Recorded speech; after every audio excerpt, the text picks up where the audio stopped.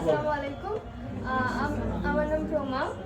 আমি এবার জাহাঙ্গীরনগর বিশ্ববিদ্যালয়ের ওয়ান ইউনিটের ফিফথ হয়েছি।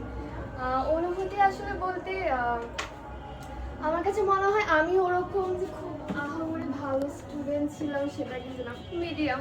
কিন্তু ওই কনসিস্টেন্সি যেটা পড়াশোনার ক্ষেত্রে ওই জিনিসটা আর কি ছিল। হয়তো প্রত্যেকদিন 1 ঘন্টা আধা ঘন্টা করে পড়লেও পড়তাম আর কি, মানে এইচএসসি থেকে। স্যার আমি এইচএসসি মানে স্যারের এখানে আসার আগ পর্যন্ত আমার রেজাল্ট ওরকম কলেজে খুব আহামরিও ছিল না। স্যারের এখানে কোচিংয়ে আসার পরে আসলে একটু একটু পড়তে পড়তে পড়তে পড়তে স্যারের গাইডেন্সে সব অন্যান্য টিচারদের গাইডেন্সে আস্তে আস্তে আর কি পড়া মানে ঠিক পড়ালেখা ঠিকঠাক আর কি হতে শুরু করলো।